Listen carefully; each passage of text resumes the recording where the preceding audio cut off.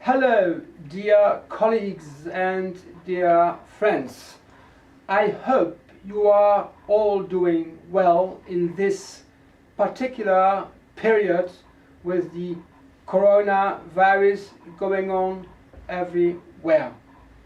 Diego, chairman of the ICO, and Robert, vice chairman of the ICO, the Institute of Classical Osteopathy, asked me to do again a video, but this time with the help of skeleton, this one, to show you and to explain you once again techniques for stimulating, reinforcing, enhancing our immunity system by classical osteopathic lymphatic techniques, and to give you some guidelines how to deal with acute infections and infections of the respiratory system, also in the acute state. It has to be mentioned for being clear that this video won't have no application for all kind of treatment for the coronavirus, because in this period we won't touch patients with suspicion or of infection, neither patients with infection.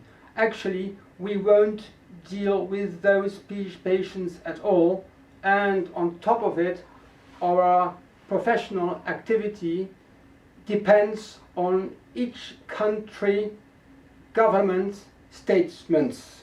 So please consider this video aside what's happening nowadays. Okay, let's start by explaining you how we can, with the classical osteopathy, stimulate our immune system.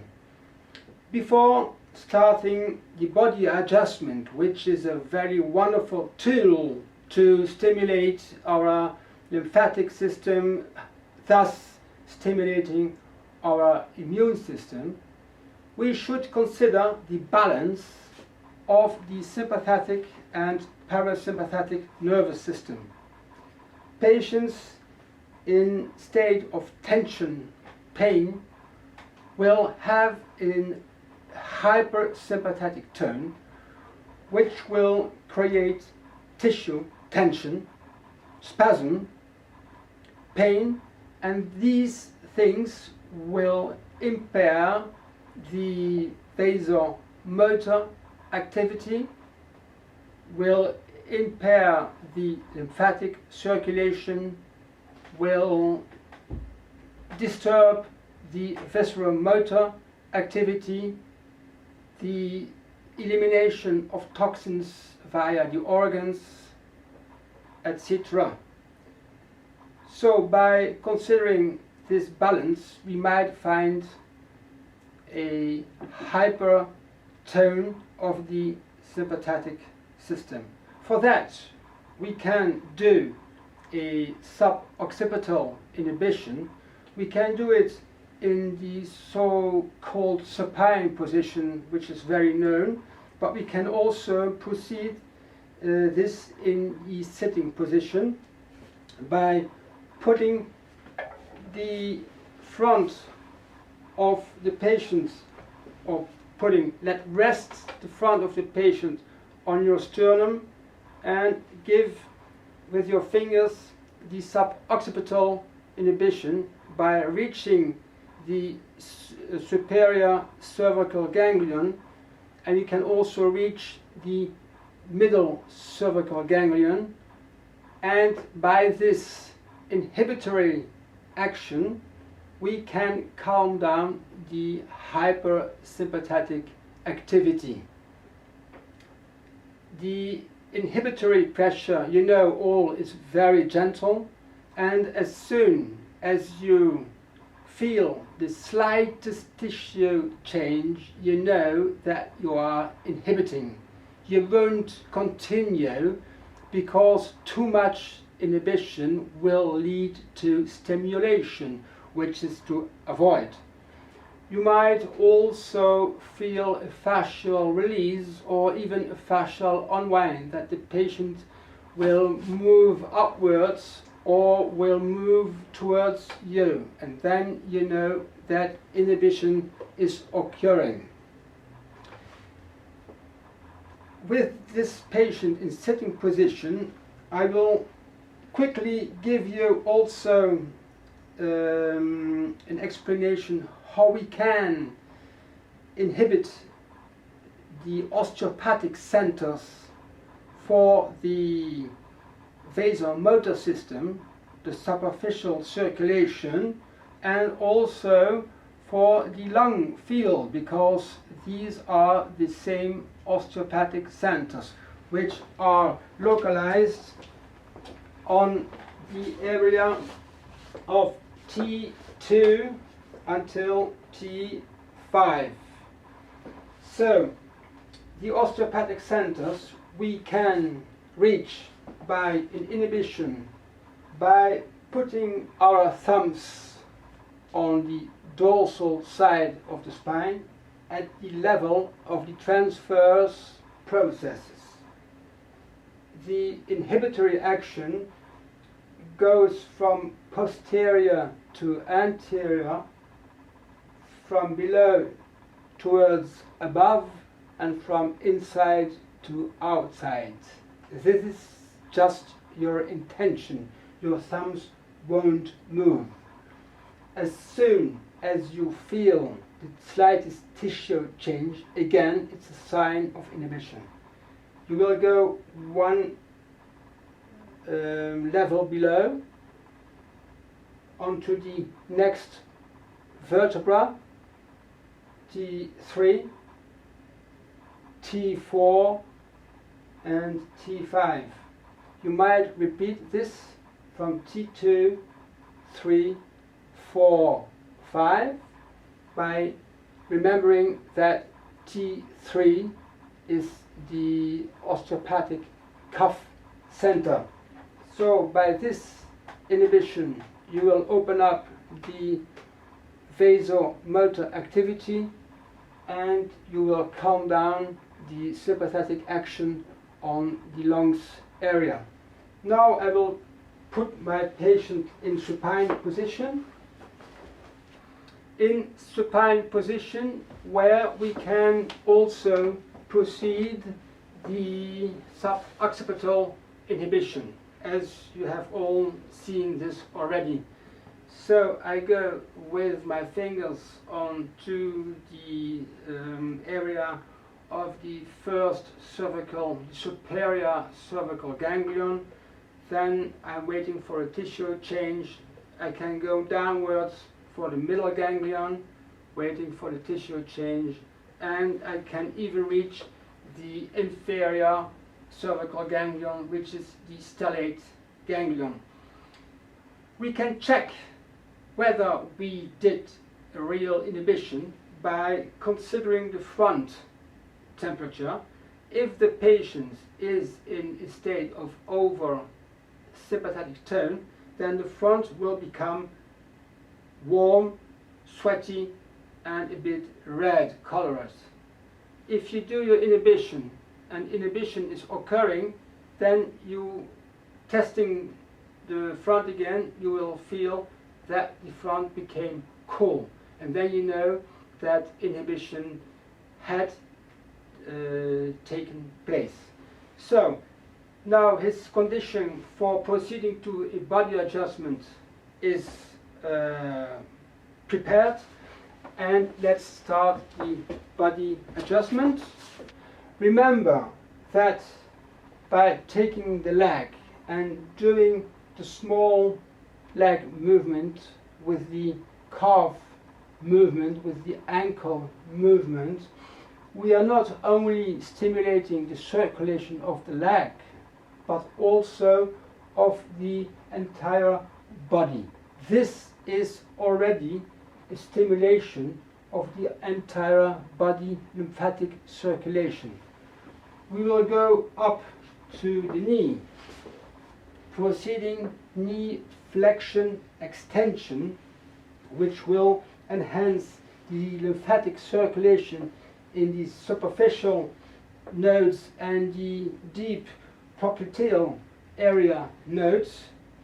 We will enhance the circulation in the inguinal area, and by adding the rotation action, we will also influence already the circulation of the pelvic floor and the pelvis and the abdomen.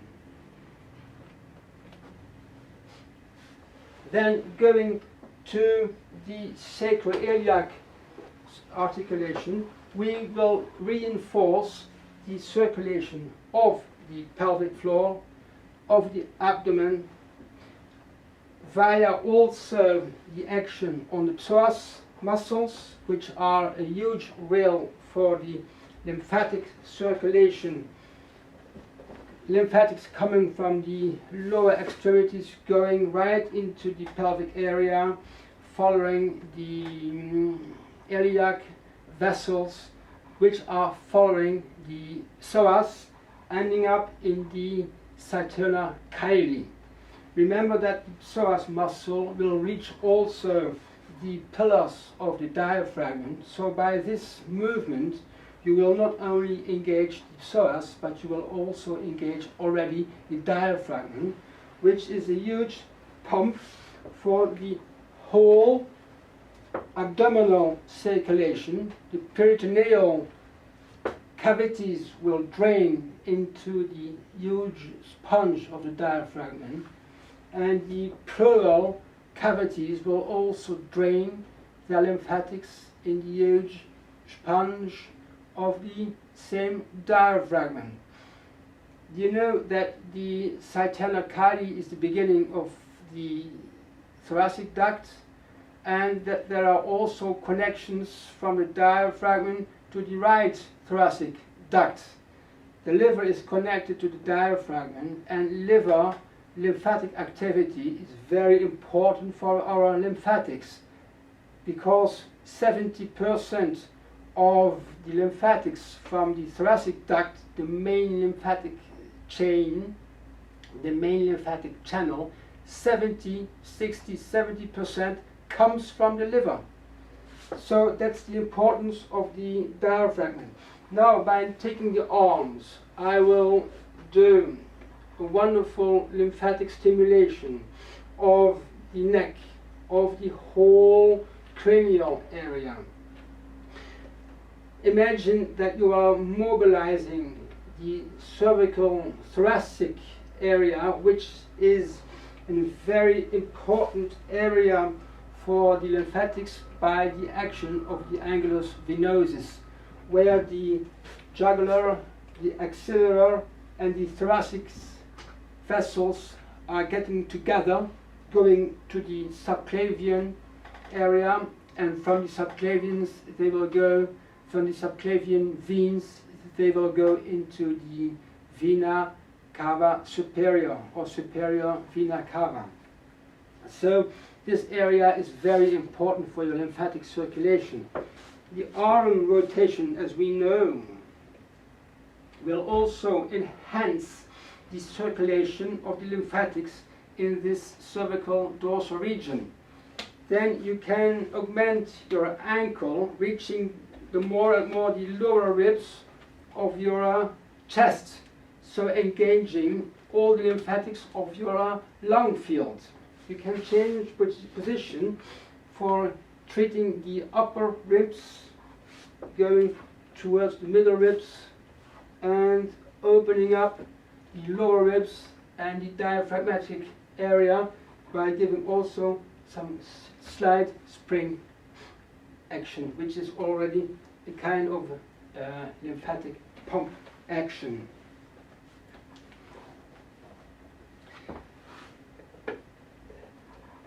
Then we will do the same procedure at the other side. I won't show you this to you for not losing too much time.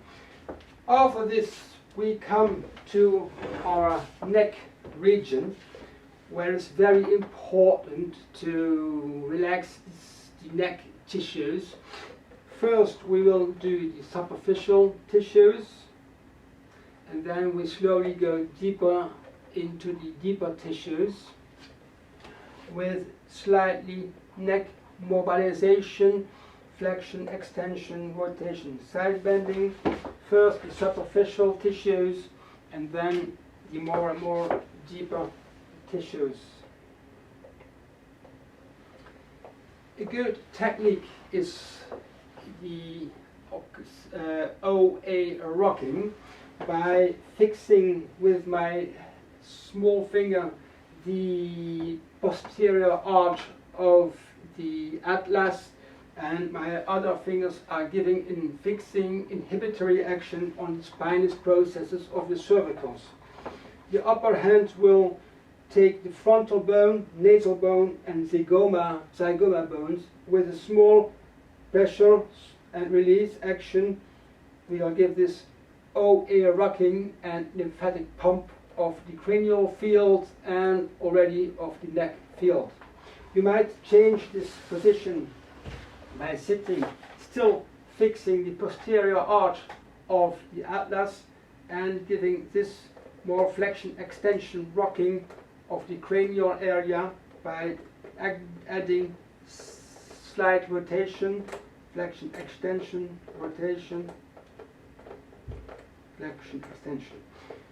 You might also give a rocking more following the whole spine in a sagittal direction by compression, decompression, where you have an action on the circulation of the intrathecal field, where the spinal fluid, which is a kind of lymphatic fluid, will be stimulated.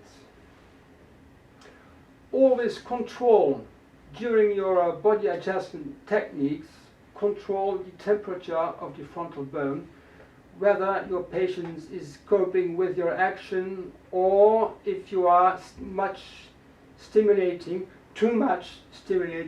then you will feel the frontal bone coming warm again, and you might proceed to some more suboccipital inhibition.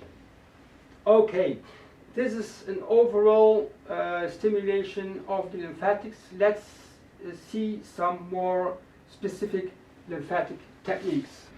First, we will do an abdominal diaphragmatic pump, which is directed to the diaphragmatic tissues at the level of the solar plexus and the digestive organs.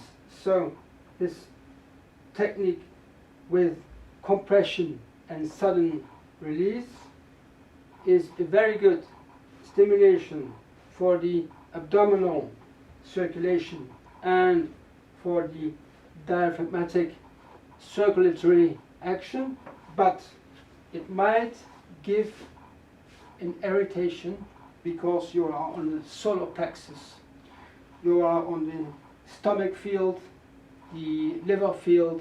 So if your patient experience any kind of pain or discomfort, you won't continue this technique because you will create a diaphragmatic spasm.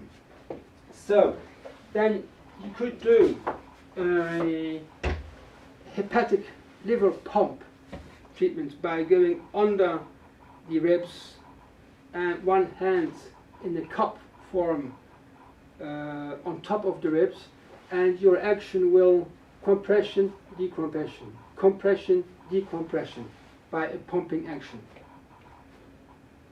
That's it.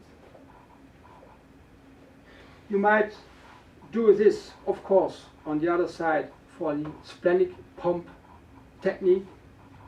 You might also engage a bit more the ribs in general, and then you can do this technique by going with one hand under the splenic area. We can do it from the other side to the liver area. The upper hand is again in a cup form.